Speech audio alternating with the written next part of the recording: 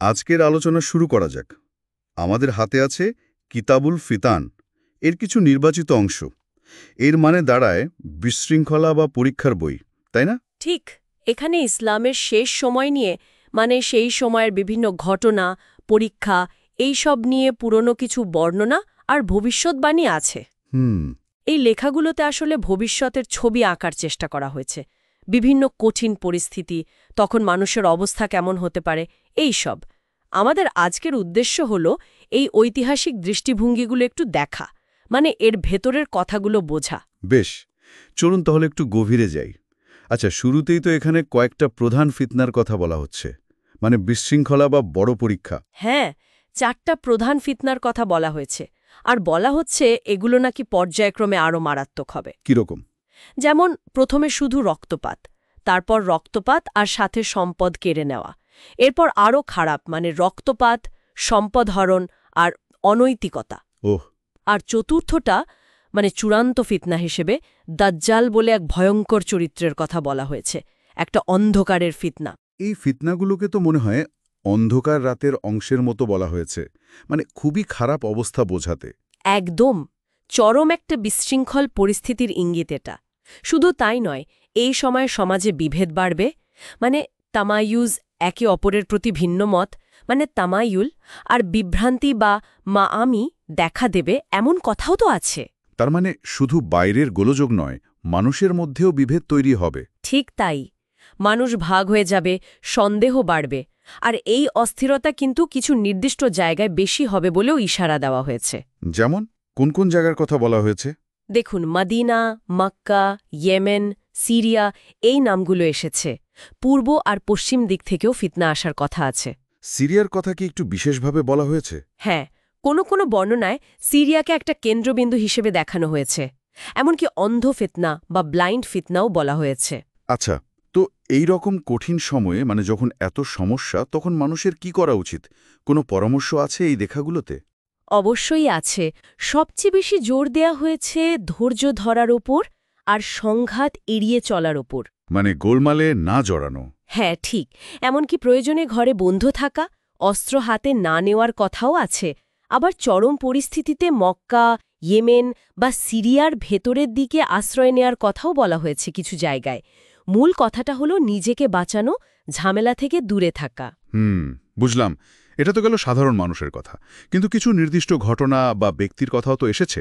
যেমন ধরুন খলিফা উসমানের ঘটনাটা। হ্যাঁ, তৃতীয় খলিফা ওসমান রায় এর অবরোধ এবং তার শাহাদাতকে একটা বড় ফিতনার উদাহরণ হিসাবে দেখা হয়। বর্ণনাগুলোতে আছে যে তিনি রক্তপাত এড়াতে চেয়েছিলেন। আচ্ছা। এটাও উল্লেখ আছে যে পরে আলী রাকে তার হত্যার সাথে জড়ানোর চেষ্টা হয়েছিল, কিন্তু তিনি তা অস্বীকার করেন। এই ঘটনাগুলো তখনকার রাজনৈতিক আর সামাজিক অস্থিরতাটা তুলে ধরে। ঠিক। আর যদি ভবিষ্যতের দিকে তাকাই, তাহলে দুজন প্রধান চরিত্রের কথা বারবার আসে, একজন মাহদি আর একজন দাজ্জাল। মাহদি সম্পর্কে কি বলা হয়েছে? মাহাদিকে বর্ণনা করা হয়েছে একজন ন্যায় বিচারক নেতা হিসেবে। তিনি শেষ সময়ে আসবেন এবং পৃথিবীতে শান্তি ও ন্যায় প্রতিষ্ঠা করবেন। বলা হয়েছে তিনি মক্কায় আত্মপ্রকাশ করবেন। তার পরিচয়? তার বংশপরিচয় নিয়ে অবশ্য বিভিন্ন মত আছে। কেউ বলেছেন নবী সাল্লাল্লাহু আলাইহি ওয়াসাল্লাম পরিবারের সদস্য, কেউ ফাতিমা রাদিয়াল্লাহা এর বংশধর, আবার আব্বাসীয়দের কথাও এসেছে। একটা ইন্টারেস্টিং বর্ণনায় আছে যে যিশু বা ঈসা আলাইহা নাকি তার পেছনে নামাজ পড়বেন। ও আচ্ছা, মানে তার গুরুত্ব বোঝানোর জন্য। হ্যাঁ, সম্ভবত। একদিকে যেমন এই মাহাদির মাধ্যমে ন্যায় বিচারের আশা, অন্যদিকে কিন্তু দাজ্জালের মাধ্যমে এক চরম পরীক্ষার কথাও বলা হচ্ছে। দাজ্জাল চরিত্রটা ঠিক কেমন? কি বলা হয়েছে তার ব্যাপারে? দাজ্জালকে আঁকা হয়েছে এক মহাপ্রতারক হিসেবে। বলা হয়েছে সে পূর্ব দিক থেকে আসবে, সম্ভবত খোরাসান অঞ্চল থেকে। তার ক্ষমতা? তার নাকি অলৌকিক ক্ষমতা দেখানোর শক্তি থাকবে, যা দিয়ে সে মানুষকে বিভ্রান্ত করবে, এমনকি নিজেকে ঈশ্বরও দাবি করবে। বলেন কি? তার কোনো চেহারার বর্ণনা আছে? হ্যাঁ, আছে। বলা হয়েছে সে একচোখা হবে, আর তার কপালে নাকি কাফের বা অবিশ্বাসী কথাটা লেখা থাকবে, যেটা শুধু বিশ্বাসীরাই পড়তে পারবে। আর তার শেষ পরিণতি? শেষ পর্যন্ত বলা হয়েছে যিশু বা ঈসা আলাইসাল্লাম আবার পৃথিবীতে এসে তাকে লিডার ফুটকে হত্যা করবেন। এই দুজন ছাড়াও তো আরও কিছু ঘটনার কথা আছে, মানে শেষ সময়ের ইঙ্গিত হিসেবে ইয়াজুজ মাজুজের কথা যেমন। হ্যাঁ, ইয়াজুজ ও মাজুজ মানে গগ ও ম্যাগগ, দুটো বিশাল জনগোষ্ঠীর কথা। বলা হয়েছে তাদের সংখ্যা হবে অগণিত। তারা পৃথিবীতে ছড়িয়ে পড়বে আর ব্যাপক ধ্বংসযজ্ঞ চালাবে। ধ্বংসযজ্ঞ মানে? এমনও বর্ণনা আছে যে তারা পৃথিবীর প্রায় সব পানি পান করে ফেলবে। ভাবা যায়? সাংঘাতিক ব্যাপার। তাদের শেষ কি হবে? অবশেষে আল্লাহর গজবে, সম্ভবত কোনো কীট বা পোকার আক্রমণে তারা মারা যাবে। এগুলো তো বেশ ভয়ঙ্কর চিত্র সব। আরও কিছু লক্ষণ কি আছে যেগুলো কেয়ামত বা মহাপ্রলয়ের কাছাকাছি সময় ঘটবে? হ্যাঁ, আরও বেশ কিছু লক্ষণের কথা আছে। যেমন ধরুন, সমাজে অযোগ্য মানে নিকৃষ্ট লোকেরা নেতা হবে। মানুষের মধ্য থেকে জ্ঞান উঠে যাবে, মানে জ্ঞানকে আর গুরুত্ব দেওয়া হবে না। নৈতিক অবক্ষয় চরমে পৌঁছাবে। আর কোনো বড় ঘটনা? কিছু মহাজাগতিক ঘটনার কথাও বলা হয়েছে, যেমন পশ্চিম দিক থেকে সূর্য ওঠা। পশ্চিম দিক থেকে সূর্য ওঠা, এটা তো বিশাল ব্যাপার। হ্যাঁ, আর আরেকটা অদ্ভুত ঘটনার কথা আছে। দাব্বাতুল আরদ বলে এক বিশেষ প্রাণী আসবে, যে নাকি মাটি থেকে বের হবে এবং মানুষের সাথে কথা বলবে। মানুষের সাথে কথা বলবে? আচ্ছা, এই যে পশ্চিম দিক থেকে সূর্য ওঠার কথা বললেন, এর কি বিশেষ কোনো তাৎপর্য আছে? হ্যাঁ, আছে।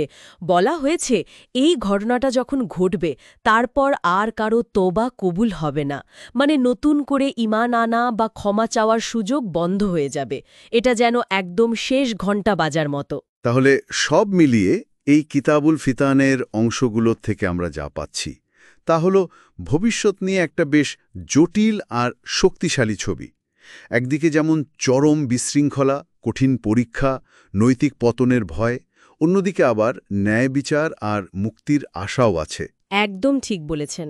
এই বর্ণনাগুলো শুধু ঐতিহাসিক কৌতূহল বা ধর্মীয় বিষয় নয়, এগুলো কিন্তু যুগ যুগ ধরে মানুষের মনে ভয়, আশা, তাদের বিশ্বাস, তাদের নৈতিকতা এগুলোর উপর গভীর প্রভাব ফেলেছে। এগুলো আমাদের ভাবায় যে চরম সংকটের সময়ে মানুষের আচরণ কেমন হতে পারে, আর বিশ্বাসের ভূমিকাই বাকি সেখানে। সত্যি তাই।